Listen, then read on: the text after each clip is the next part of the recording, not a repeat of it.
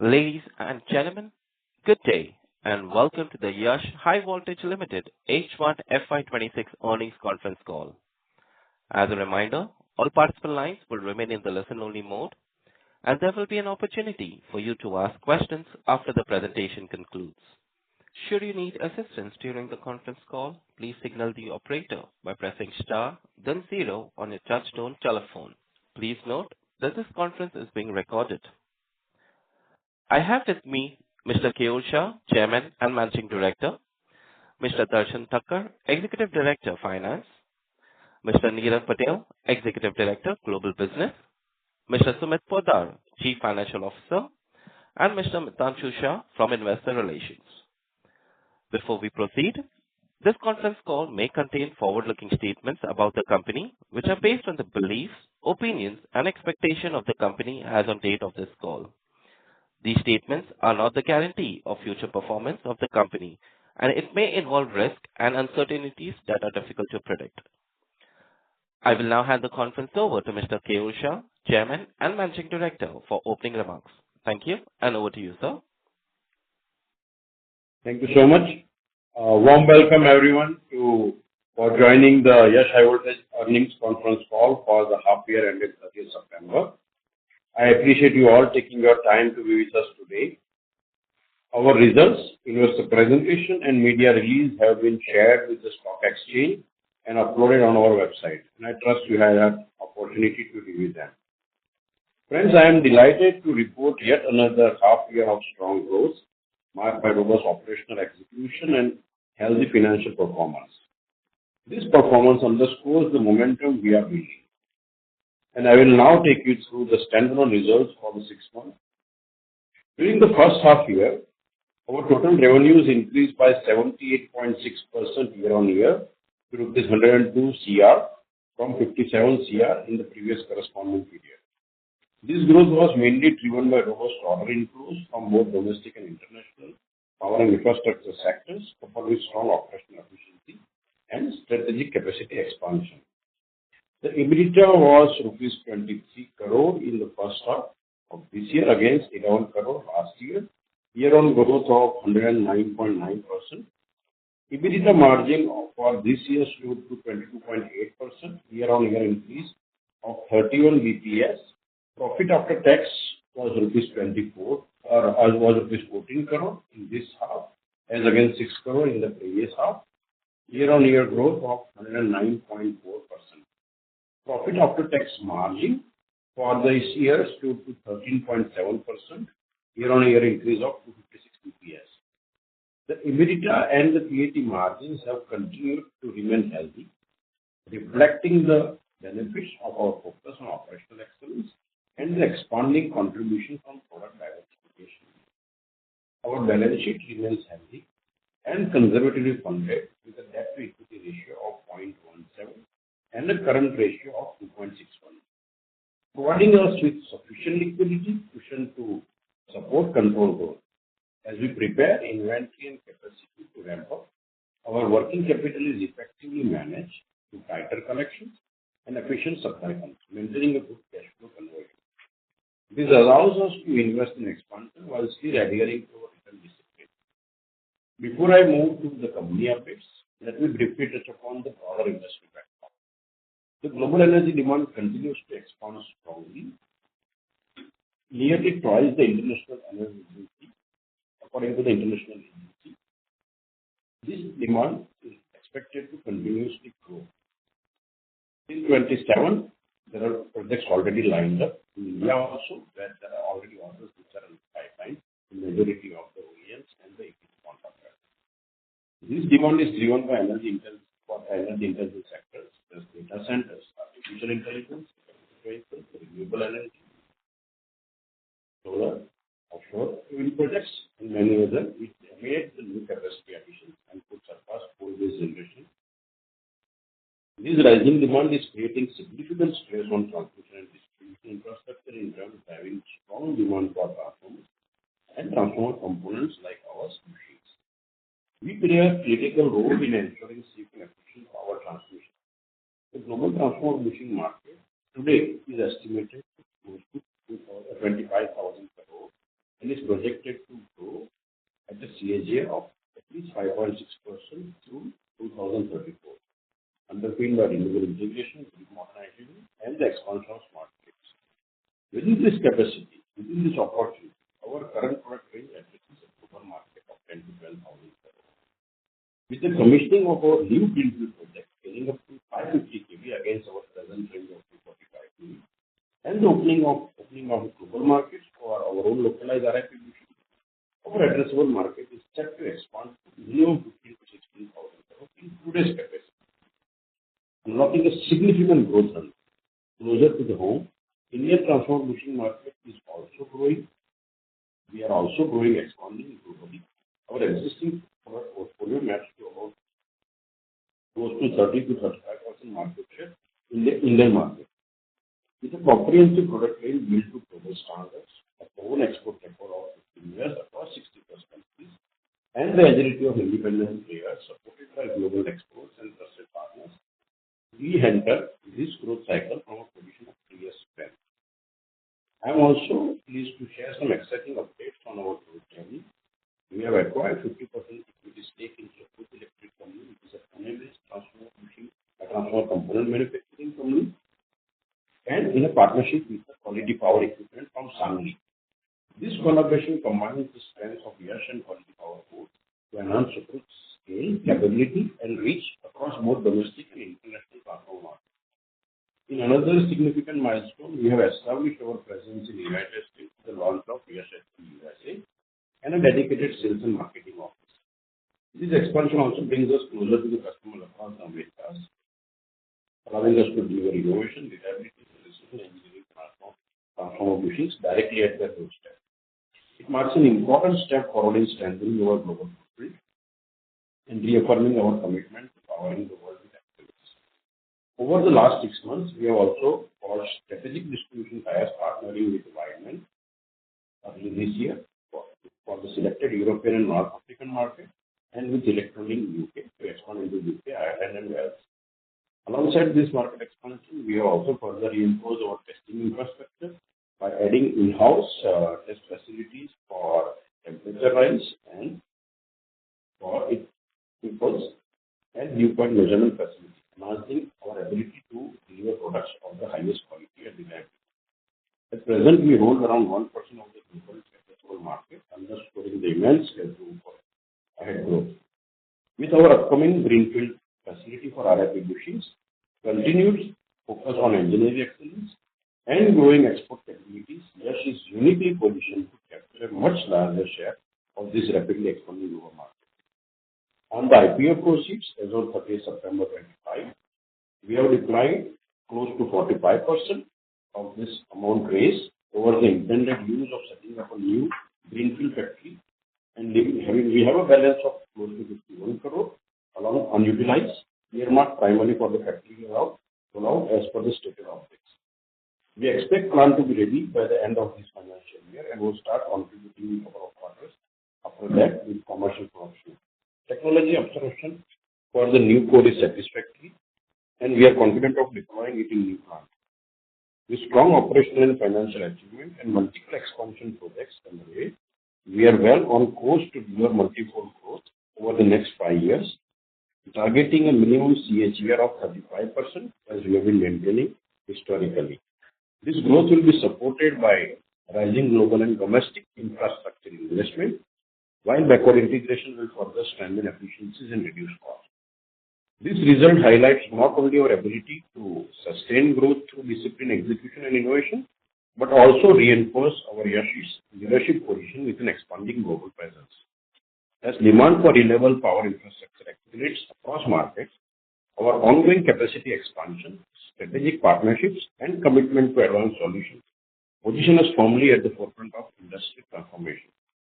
Looking ahead, we remain confident that our forward-thinking investment and relentless focus on engineering excellence will continue to deliver superior value for all stakeholders while cementing our competitive edge and growth momentum in the years to come. I once again extend my heartfelt thanks to the entire Yash Highvoltage team for the relentless dedication and commitment, and to all our stakeholders for their continued trust and support in our growth journey. Thank you all for joining, and we can now open the floor for questions. Thank you. Ladies and gentlemen, we will now begin the question and answer session.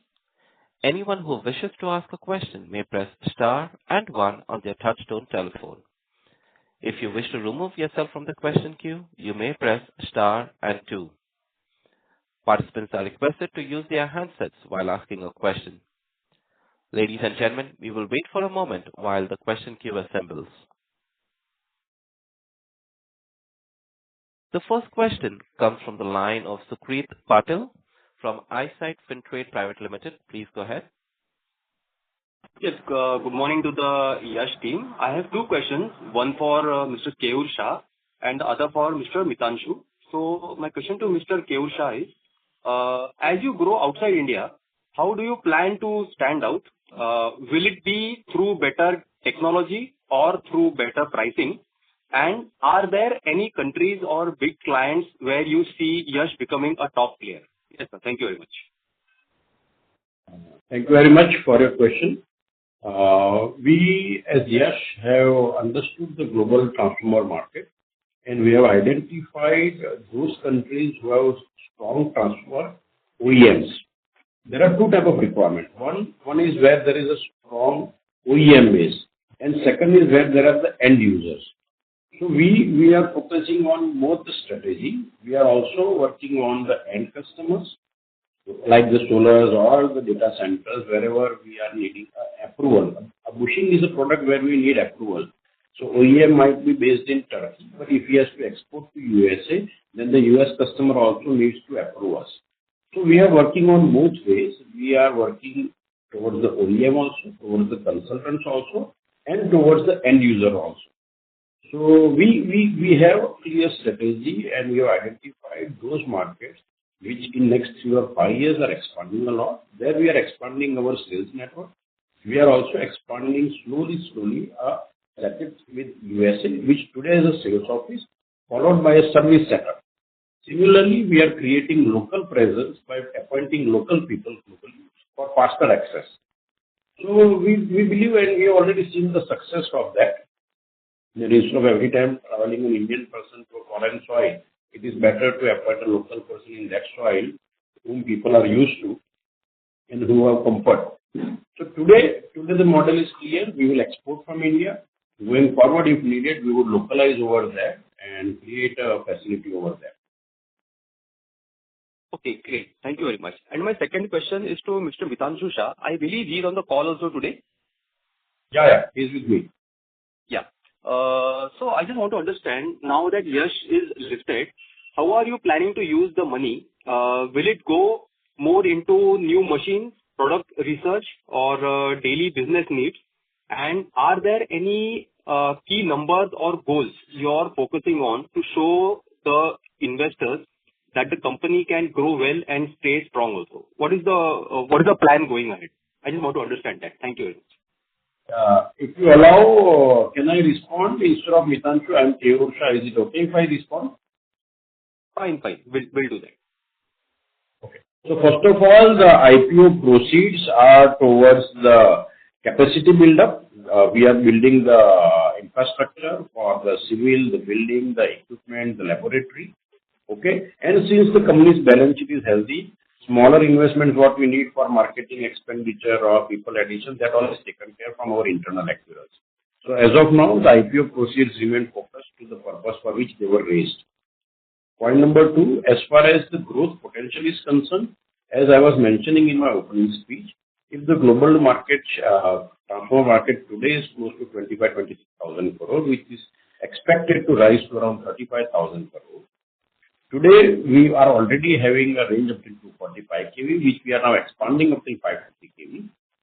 So our addressable market increases to at least 15 to 16,000 crore today, which again is going to expand. We believe that even if we maintain a 35-40% growth, as we have been maintaining historically, from a 200 plus CR turnover, which would generally be expected this year, we believe that growth of 8 to 10 times of the annual revenue is not a conservative number. It is a much achievable number in coming 8 to 10 years. That's what we believe, and we have reasonable plans for that. And the market is there. Even with those numbers, we might still not be more than, not more than 5% of the market. Okay, great. So thank you very much for answering all my questions, and I wish you the best of luck for all future endeavors. Thank you so much, sir. Thank you. We take the next question from the line of Jay Chauhan from Trinetra Asset Managers. Please go ahead. Good morning, and thank you for the opportunity. Am I audible? Yeah. Yeah, sir. So I just have one question on a broader term. Like, how do you see near-term and medium-term demand for high voltage transmission equipment in India and our key export markets? Like, and also which end markets, I would say, are driving most incremental demand? Is it utility, renewables, industrials, metro railways? What exactly are the end markets which are driving the most incremental demand? Okay. So, first of all, since you people come from the investor fraternity, and you must have already also researched so many transformer companies or the cable industry, who all also are today investing left, right, center. If somebody understands our market, global power transformer manufacturers who today are investing in their capacity in greenfield or brownfield projects are more than 250. At least 250 plus transformer manufacturers today are almost doubling up their capacity. We as a component player, specific transformer bushing, we are less than 12 or 13 globally. We understand that we all are also adding up, and few might come new also. So our understanding says that the transformer demand is expected not to slow down for at least next 6 to 7 years minimum. And assuming that it slows down after 6 to 7 years, there will be still a huge room for bushing players like us for at least 12 to 13 years, because unlike transformers, in bushings there is a huge entry barrier. Right? It's not that somebody would invest a facility today and tomorrow the factory will be up and running, loaded with orders. It takes a lot of time for the end customer, the consultant, and the OEM to gain trust for a new bushing supplier, given the criticality of the bushing application. We today are at a right time, right place situation, and we believe that it's enough room for all the bushing players to grow multifold. Mind me, I'm absolutely clear. A company like Yash can aspire to have at least 8 to 10 times the revenue in next 8 to 10 years, comfortably. If we put in more effort, if we are able to manage well, if we are able to do something extraordinary, then probably it might be much more. So for us, sitting from here to today, next 8 to 10 years seems very comfortable. There is enough market for everyone. We don't see any bloodbath. We don't see any spoiling of pricing, and everybody would be able to utilize their capacity effectively to the customers and the products of their choice. Understood, sir. So, I hope I answered to you. Yes, sir, definitely, sir. But I just wanted to understand bushing as a product. So, like, I just wanted to understand the complexity of product and how hard it is to backward integrate for the transformer manufacturers out there, and what are the reasons they are not doing it. Okay. So it's not that people are, first of all, bushing is a connection to a transformer. Like as we say that the transformer is the heart of a substation, then bushing is a gateway to that heart. And bushing happens to be very critical. We need to give enough safe paths to the power inside a transformer. And it's not that the transformer companies don't want to make bushings or they have not made bushings. There are transformer companies like Hitachi and Siemens or GE and Crompton Greaves who have been producing bushings for captive consumption also and selling outside also. But majority of the transformers companies, for example, Hyundai or VAG or Voltam, or there are so many companies in India and globally who all are making transformers. For them, bushing don't contribute, or for any transformer company, bushing don't contribute more than 2-3% of their annual revenue.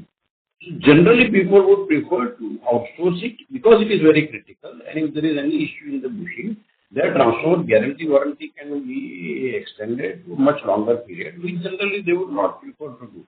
I understand bushing is a high skill market for people like us who have 100% focus only on bushing. Now, for a transformer player, transformer business is more important. Like an automobile player, if I'm making a car, I might be still okay if I get a tire from a good company. I would not put up a tire factory for completing my automobile. I might still outsource if I'm getting good quality tire. It's something like that.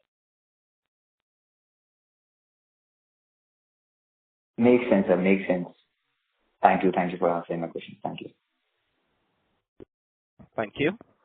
The next question comes from the line of Avisar Jain from Monarch AIF. Please go ahead. Yeah, thank you so much, sir, and congrats for a good performance in H1. So Keyur, just wanted to know that in this H1, the performance that we have seen, how has been the split between the RIP and the OIP bushings? Is it like the same 85-15 which you saw in FY25? First of all, thank you, Abhisarji, for congratulating to me and to our team. We all have worked hard and we aspire to keep on working hard, and we are looking forward to a very bright journey ahead. I would like to answer to your question. Two good things are happening. While, of course, our contribution from the RIP continues still to be more than 80%, but the way our overall turnover has increased, and we are very happy to see that our OIP and exports are also able to substantially grow in that period, and to see that the number of countries which are getting added every year are much more. Also, we are getting businesses from different sectors, from retrofits also, repairs also, and from different applications also. For example, suppose we are doing something for a very large Western country, something for indoor substation, which are very respectable jobs, something we are doing for some European country for their railways. So such type of jobs where we are supplying our OIP and high current machines. That's all respected markets which were again we are dominated only by Europeans. So there we are getting energy. So we see a huge potential going forward, because you can understand RIP's value-wise are more. So if RIP still continues 80-85%, but for an OIP or high current, it will become difficult to match that pace, and to be still 18-20% of the revenue at 100, almost close to 70-80% grown market. Right. And sir, on the current plant, which is our existing plant, so I understand that we have done some debottlenecking and improvement. So at current level, what kind of utilization we are running at, and before the greenfield plant kicks in, I think in the last call you had indicated that the current plant also has a decent enough potential. So you want to indicate anything on that side in terms of utilization and what potential our current plant has? Yeah, absolutely. So first of all, two good things happened. That it was good that we invested in the present facility also last year. And the second good part is that now that is also 80+% utilized. So we are again adding in that capacity also in the existing factory also. And just last week I finalized all the capex orders for the existing factory also, because we see that that is also multi-fold growth in our OIP and high current and localized RIP as what we are doing today with the assembly model. So while we are getting ready for the new facility, we are confident that this addition in the existing facility also, which will again get commissioned in next 4 to 5 months, will still be very helpful to us for maintaining this growth momentum, as we see that the growth is coming from all sectors. So we would not like to neglect or to overlook the need of investing further in the existing factory also. Understood, sir. And sir, it would be very helpful if you can give some indication about what stage the greenfield capacity is, like how much of progress, say, we have already made, and approximate timeline when we want to begin the trial runs. So any, information out there would be helpful. Thank you. Absolutely. Thank you so much again. This is a very important point, because we have raised the money from IPO for the project, and we have made sure, and I am so happy that the project is on dot for completion. We don't see any delay.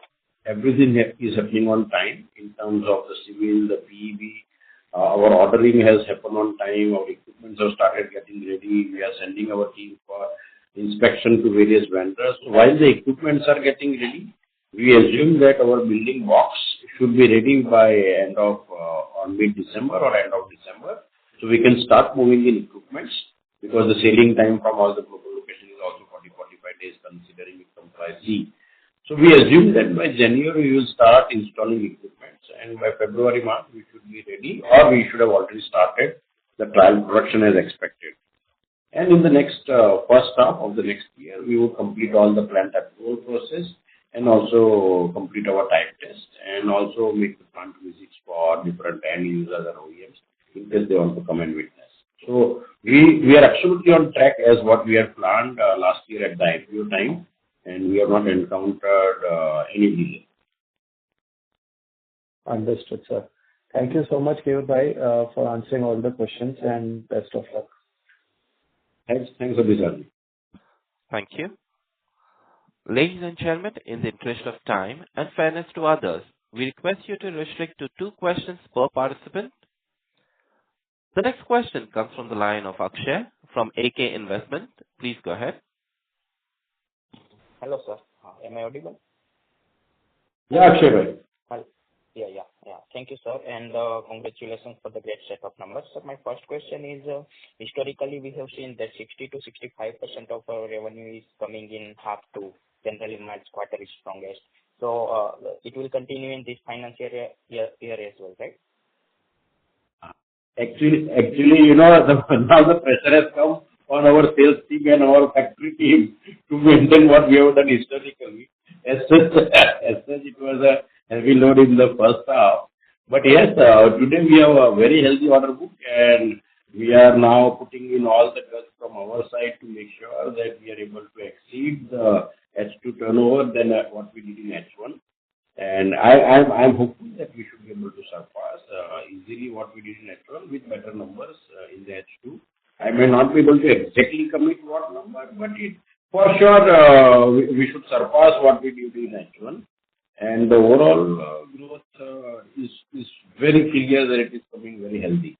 And because you will understand, it is always not possible to commit in advance because we are also dependent on suppliers. Nowadays, it is a supplier market. But we are confident that it will definitely surpass what we have done in H1 with much better numbers. Okay, sir. And sir, my second question is about EBITDA margin. So what might be our comfortable EBITDA margin in over the next 3 to 5 years, and after the commissioning of our new greenfield plant in half two of FY27, will it be increased or it will be staying the same at around 21 to 22%? To be very honest, we have been able to manage or slightly marginally improvise the EBITDA in the first half of this year also, which we plan to maintain or slightly increase for 1.5 or 2 years still more.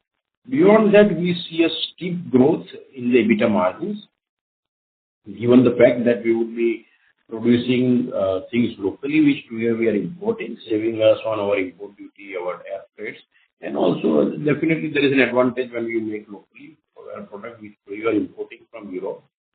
And second is that when we are able to export this product, the RIP products globally, what we have experienced in our YP markets, the price realization is much substantially more when it is Western world or whether it is the US or whether it is even Middle East. It's much more.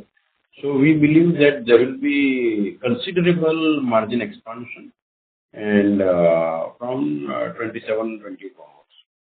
26, 27, we still might be able to improvise marginally on our EBITDA, maintain or a bit increase. But beyond that, we see steep increase.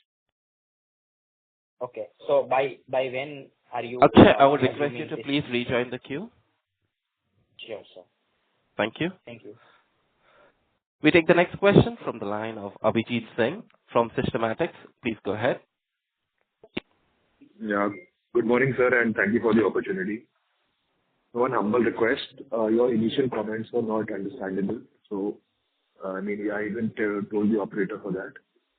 So, So one question on, sir, the capacity expansion plan that we have. we mentioned that, if I'm not wrong here, that the global market for bushings is about 25,000 crores to 35,000 crores. Yeah. And so if we could break this down into different kV segments, and what is our business, contribution from different kV? So that is my first question. So, just for your understanding, out of the 25,000-26,000 crore market, the market for bushings up till 220 kV is close to 70 to 75%. Beyond that, it is 420 kV or 765 kV or some more higher classes, which we are not making. Okay. Within that, we are also not making the distribution class bushings. That is the reason we are saying our addressable market is 10 to 12,000, because we are not making products up till 33 kV. So from a 33 kV, 52 kV to 245 kV, that is precisely 10 to 12,000 market which we are addressing today. When I elevate my manufacturing capacity up till 550 kV, we might be able to add additional 3,400 or 3,500 crore market, today's market, in our range. Right, sir. So, sir, in terms of our capability, what do we need to add to our manufacturing and technology in order to be able to do that 500 kV range? So what is the investment, technology, and infra required for that capability? So we need manufacturing equipment and we need test facilities. So we have already expanded our test facility. We have already expanded our sizes of our rooms needed for that, and our plant overall infrastructure. We have now already done it up till 550 kV, which originally at the IPO stage we were going to do only up till 220 kV. But looking at this demand, we have already increased our capacity for 550 kV. And sir, are we qualified by any utility or OEM or third party to supply products in that kV range, the 500 kV? No, unless my product is not ready. Right. Once my product is ready, I have to do a type test, and then that type test would be the basis on which they would start getting. Right. I can address one more question. I can address one more question which you have not asked for the larger interest of the audience. That since today the products are in shortage and demand, the utilities are more than happy that if a new player is coming up and an established player like Yash, if they come up and do a successful type test, then we get a ready business, which is not available for totally new players. Right. Yes, and sir, you mentioned that there are 12, 13 players in the entire world who are doing bushings in that kV range. Is that correct? Yeah. So, we talked about the demand, but if you could also talk about the competition and different players, which countries do these players come from, and and geography-wise competitive intensity, like let's say even Europe and US, maybe those are the major target markets even for us. So in each of these larger markets and geographies, what is the main competition and from which countries do they originate? So the majority competition in this segment globally comes from very large players like Hitachi or Trench or G. Pastonivilla, they have a factory in Italy. These are the three very large players which control close to 80% of the market. And the balance market has players like us or Crompton Greaves or Moser Glasser, a couple of Chinese, and also a player like Russian, Meru, isolated. Right. So, you mentioned Abhijit, the top I would three players. request you to kindly join back the queue. Thank you. Sure. The next question comes from the line of Naman Parmar from Nivshay Investments. Please go ahead. Yeah, good morning, sir. Thank you so much for the opportunity. Firstly, I wanted to understand on the Sukrut Electrical acquisition side, like their products are very incredible, air cells and all the bushings and all that. So what will be the TAM after that you have done the acquisition for that? So how big will be the market for that cell? So Sukrut is a very old renowned company in this segment, and they have got a distinct name. Unfortunately, they today are not doing business to what they should at their level do. Looking at the competition who came much later than them, and they have still done at least 7 times the revenue what Sukrut is doing.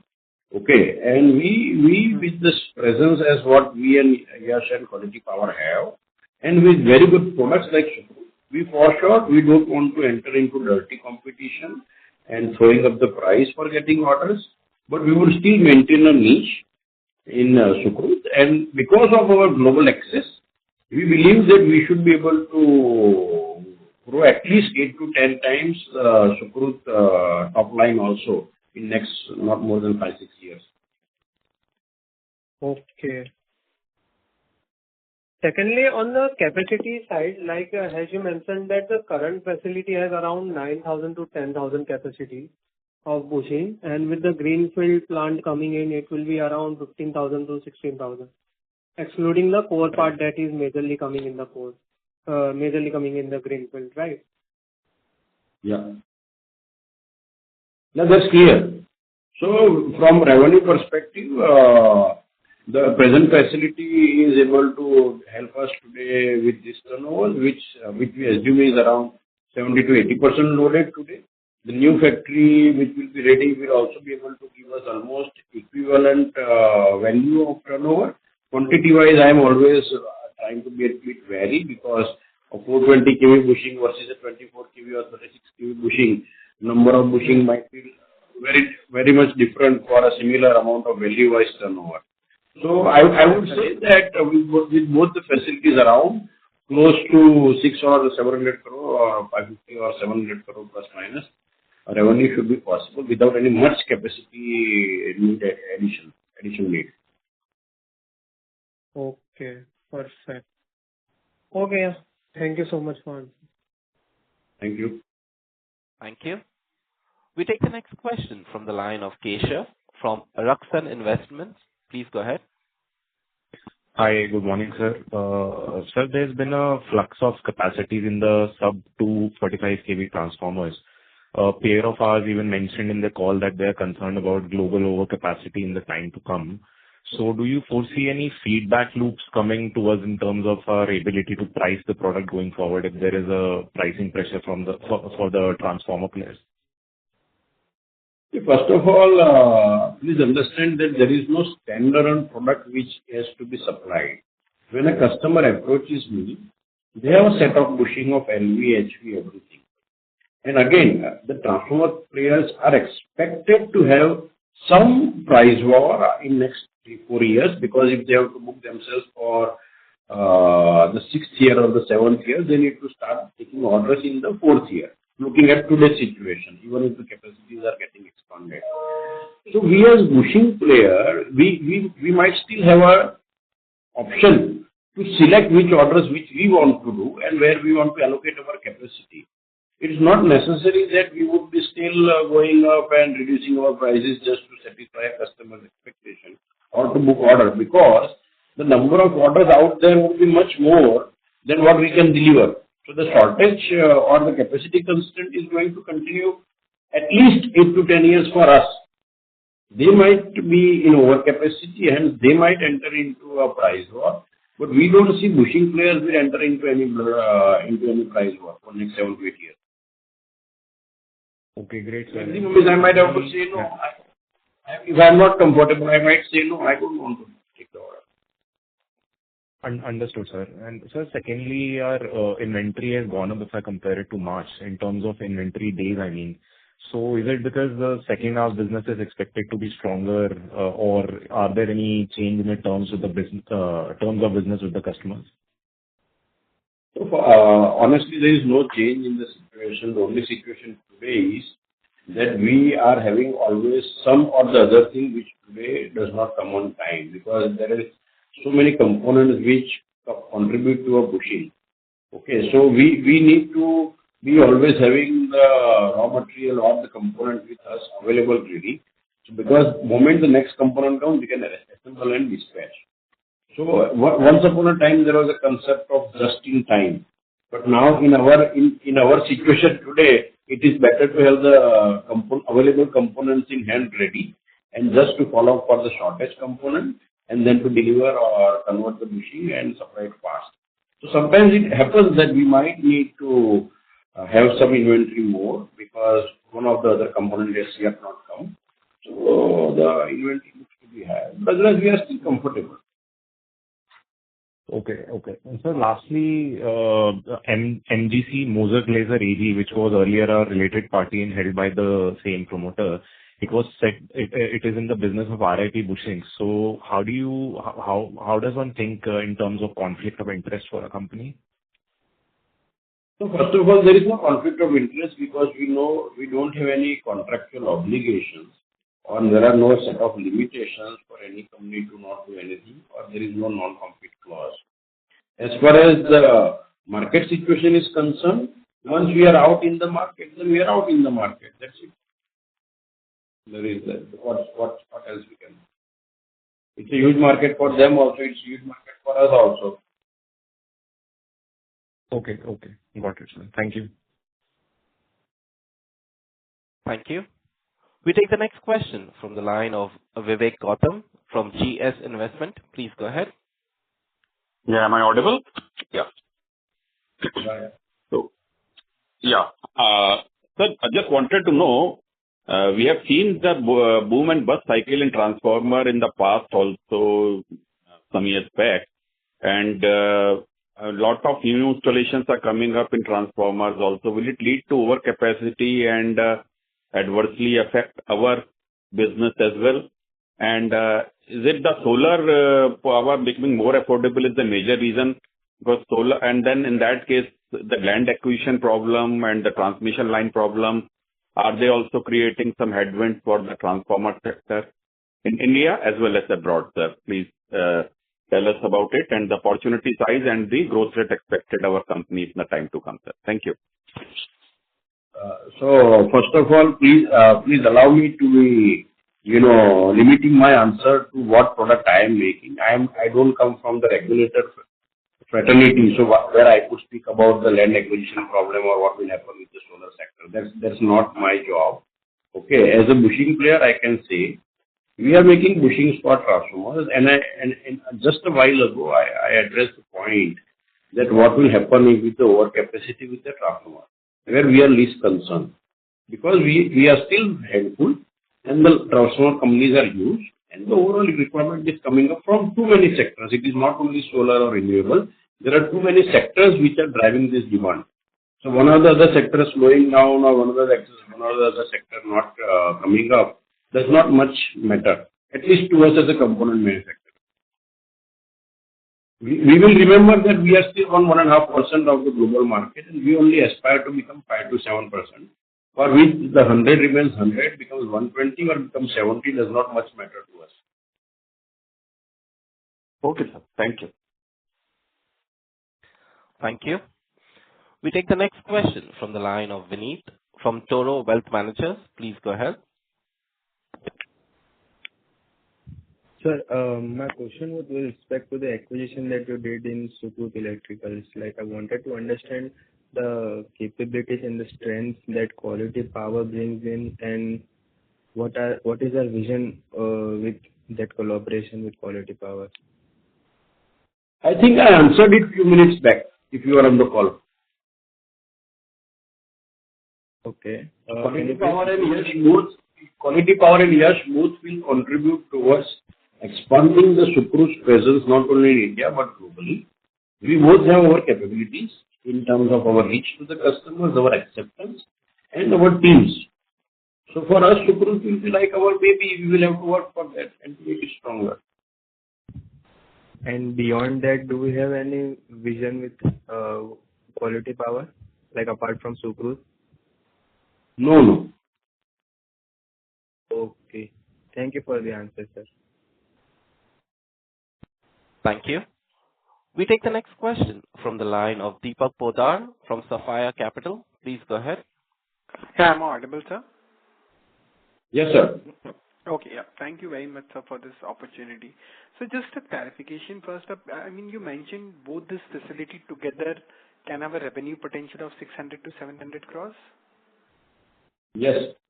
And how many years we are looking to optimally utilize it? In 2.5 to 3 years max. So in 3 years, we are looking to optimally utilize it, right? Yeah. So ideally then, I mean, you would have to look to grow faster than what 35% you mentioned, right? I mean, to achieve that optimal utilization. I mean, what optimal utilization rate would be at least 80-90%? Yeah, absolutely. So your growth rate should be much higher, right, as compared to what you mentioned? If I understand correctly, if you put 35 to 40% CAGR rate, and if you put 3 or 4 years addition to it, you will reach to those numbers which I am talking. Okay, understood. And sir, my second question is on your greenfield project. Now you expect the commercial production to start by first half of FY27 or by FY26 end? By second half of 26-27. Okay, so by second half the commercial production will start. Yes, sir. Okay, and what's the capex involved there? It is 100 plus year. 100 crore. And I missed your initial commentary was not very audible. So in terms of machines, what exactly we are doing in this greenfield project, if you can just, in very short, if you can just explain. So, bushing production would give the complete infrastructure, which will not be only the building and the PEB. We will need to create tools for our winding, for our autoclaves, for our material movement, for our testing laboratory in principle, high voltage test laboratories. So we are investing in everything what is needed for the production and testing of the bushing in-house. So we don't need to run around outside for any processes. Okay, understood. And this will increase your capacity to 15,000 to 16,000 units, right? Number-wise, yes, and revenue-wise, 2.5 times or 3 times from what we are doing. Fair enough. That's very helpful, sir. That would be it from my side. All the very best to you. Thank you. Thank you so much, my friend. Thank you. Thank you. We take the next question from the line of Deepak Ajmera from IGE India. Please go ahead. Yeah, hi. Am I audible? Yes, sir. Yes, Deepak. So my first question is regarding the ramp up of new greenfield plant what we are undertaking into. I understood the full utilization will come into 2.5 to 3 years, but how should this progress? No, full utilization will get completed by the end of this year itself. No, full utilization of new plant. Full utilization. Sorry, I thought fund utilization. No. Yeah, full utilization. Yeah. Full utilization will take 2.5 years. That's clear. Of the new facility. Correct. So how should this progress to be seen? That first year 30-40%, and then how should we see that? Yeah, I think that would be incremental. It will start with 30-35%. Got it. And US is what percentage of revenue for us? What, sir? USA. United States. Yeah. Yeah, today it's very insignificant. We are working on getting our make included over there. So a lot of legwork is now happening, which will translate into numbers maybe after 1.5 years. Got it. And secondly, I heard the question over the competition into global manner that there are 10, 12 players and significant skewness is there. How it is about the domestic competition? The domestic also there is a competition. We cannot refuse that we are only one. There is competition. There is Concall who is already into the market. There is Mosaic who is making RIP bushing similar to us. There is Hitachi in India. They are also having an assembly model as what we have. There might be one or two who might be aspiring to. So that's the local situation.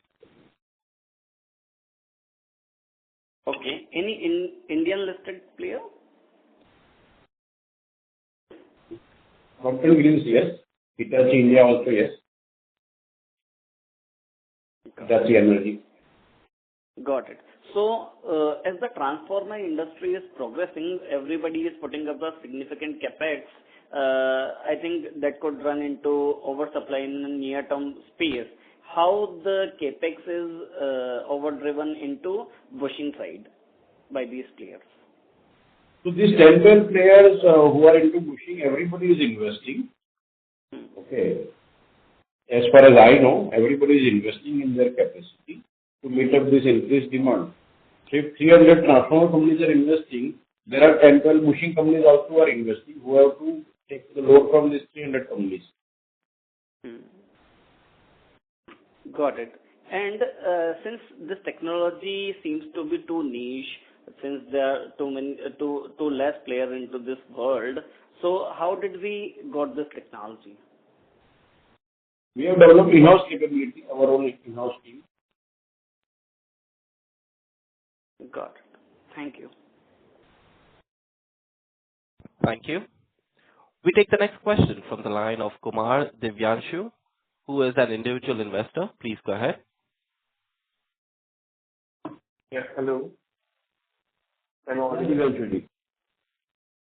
Yeah, sure. Sure, sir. Give me opportunity. Just one to two questions. Like first question regarding the order book. Could you please comment on the order book till September 2025? Yeah. So we have a reasonably healthy order book for the next 1.5 or 2 years, and we are still keeping on orders every day. So like current order book status, could you please comment on the numbers? I don't know whether it is allowed to speak a forward-looking number, so that's the reason I am not speaking specific number. If it is allowed, I don't know. Yeah, it is more than 300 CR. Okay, more than 300 CR till September. Yeah, as on today. Okay, sir. And what about the execution timeline? That's what I said, that the execution timeline is 1.5 to 2 years. Okay, sir. And sir, upcoming orders in store if you are having? Order in pipeline? I could not. So we have been today the order flow is unlimited. It is us. We have to decide how much orders we want to take, so as we don't fail. The demand is huge. It is up to us to close the orders based on our capacity, what we can supply.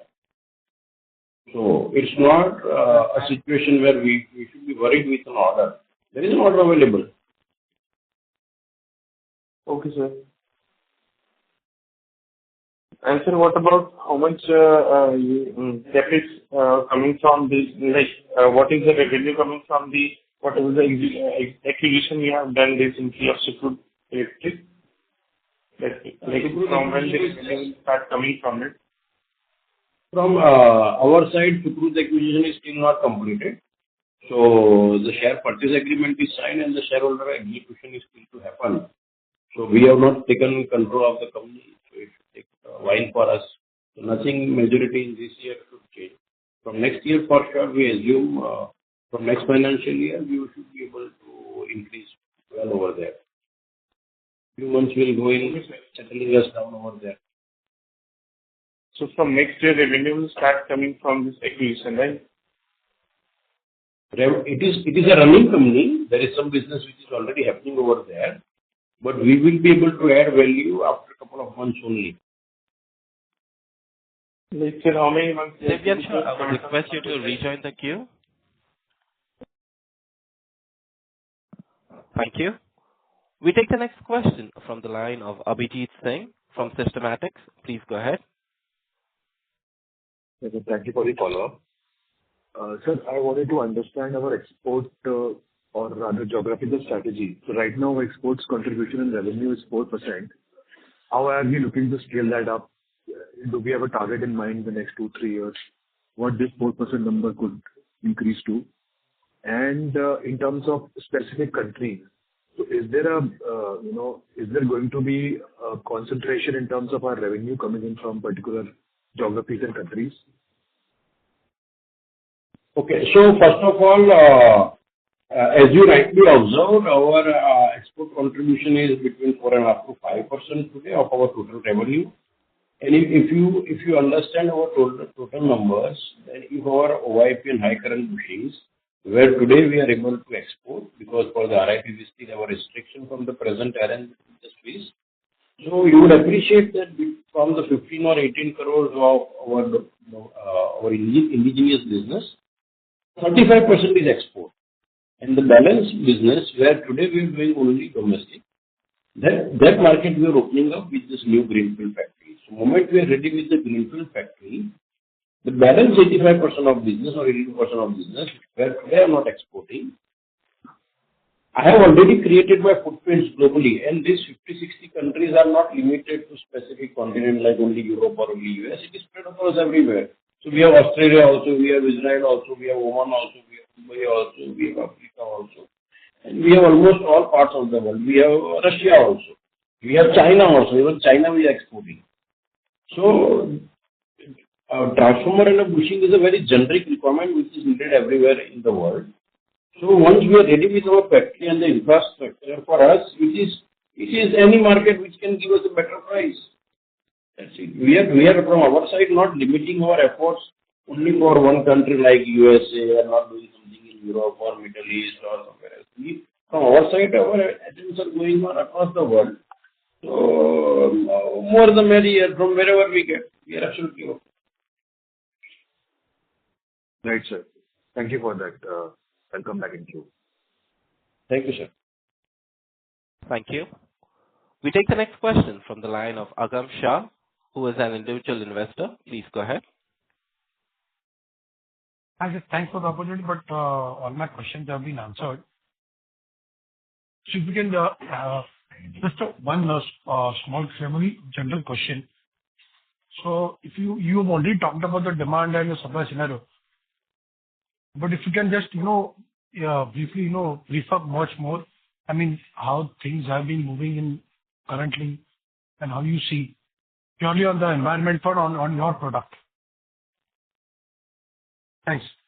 In broad terms, I can only say that the transformer market globally is exploding. It is hugely expanding. There are a couple of reasons. And we as Yash are very happy to be like a right time, right place.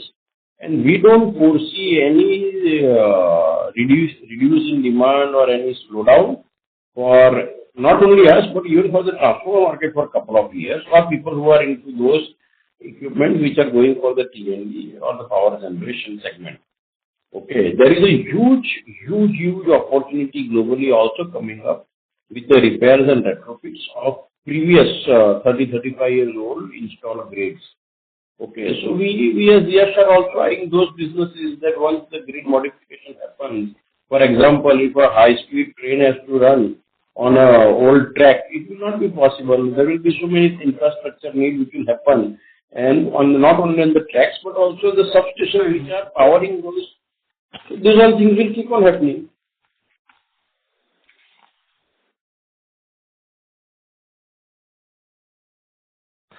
Agam, does that answer all your questions? Yeah.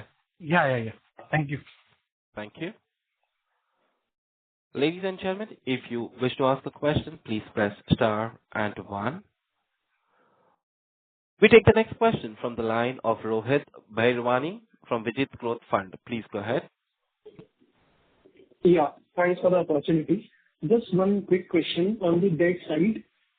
As we come concluding the capex, can we expect this small debt of 27-28 crores to get repaid in the next 1 to 2 years? What are your timelines, and if you are thinking on that?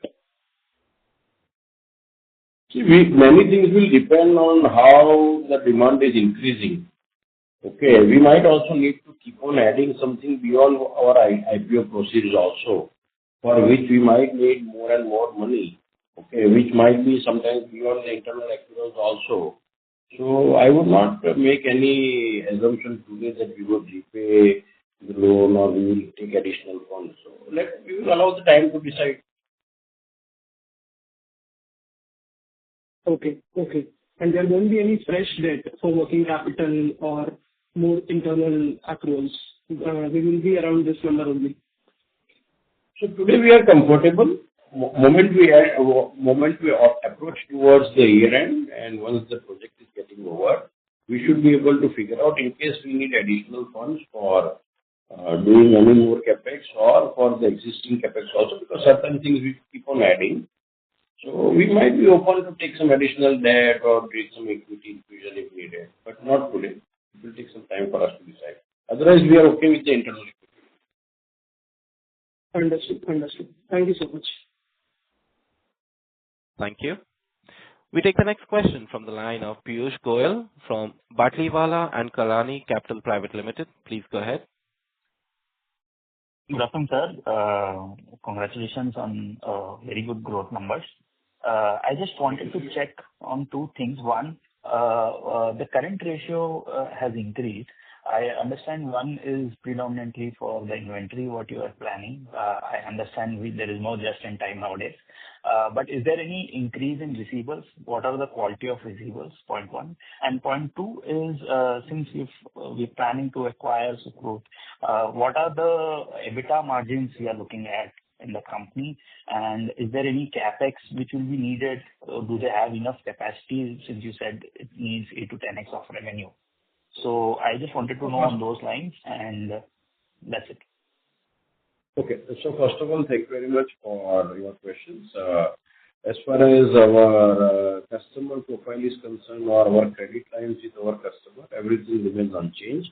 There is nothing which is getting changed over there. Everything is comfortable, and we are able to command the terms what we have been doing for last so many years, and we don't see any reason for increasing the working capital because of something like that. So that all is otherwise okay. As far as Sukrut is concerned, Sukrut is a very new baby for us. It might take some time for us to understand overall business investments needed over there. At the moment, we will be acquiring and settling us down, settling everything. And of course, we will have professionals who will be running the company, and they will definitely come up to us with the capex requirement which would be needed over there for the next years for making the company.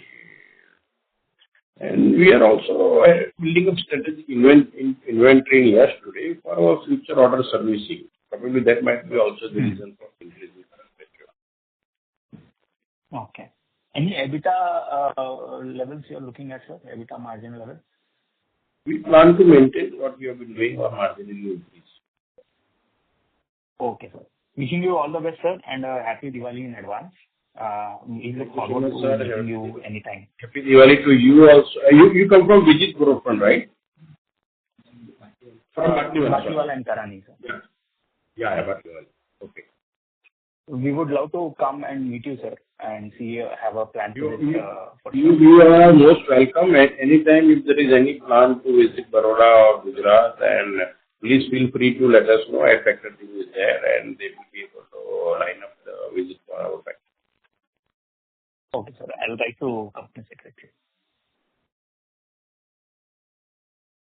Thank you. We take the next question from the line of Deepak Parswani from Swan Investment. Please go ahead. Yeah. Hi, sir. Congratulations for a good set of numbers. So just wanted to check on one point. On the RIP product category, what is our EBITDA margin, especially in the export market? If you can give broader sense of that will be really helpful. I have not started exports of RIP bushing. I can say from my OIP experience that the exports margin is generally are much better for bushing players when we go outside India to any country. Not only Europe or USA, but if you go to any country, in India we have the highest negotiation. The price margin in any export country is much better. So I believe that for RIP also the same is there, or maybe a bit more better. Okay. So would it be fair to assume, sir, in most of the category, what we have noticed, especially in the cap goods side, that typically the delta between export and domestic market is 10 to 12 percentage point in the EBITDA margin for the export category. So this would be the similar range we would have for us as well? I can give a generic answer that the price realization for the same kV class product in a domestic market versus an export market has a delta between 30 to 40%. Okay. Okay. Yeah. Thank you, and wish you all the best, sir, and happy Diwali. Thank you. Thank you so much. Thank you. Ladies and gentlemen, as there are no further questions from the participants, I now hand the conference over to Mr. Keyur Shah for his closing comments. Thank you so much, IR Factor team, for organizing this call, and thank you so much to each and every attendee for this call for coming up with the questions. We as Yash are very happy to get this quality of questions, and I hope I have been able to answer what was a question to me or to the company. And we as Yash will be available in case if there is any questions even going forward which come across. Please feel free to share to us, and we will be more than happy to reply each and everything to your satisfaction. We are growing today as Yash, and we aspire to grow in our journey and to make the country and our state and our SME entrepreneurs across the world to feel proud that we are also making large. So we would like to keep on continuing our efforts in this journey. Thank you. On behalf of Yash Highvoltage Limited, that concludes this conference. Thank you for joining us, and you may now disconnect your lines. If you found this video helpful, please like, share and subscribe to Concall India for latest upcoming Concall.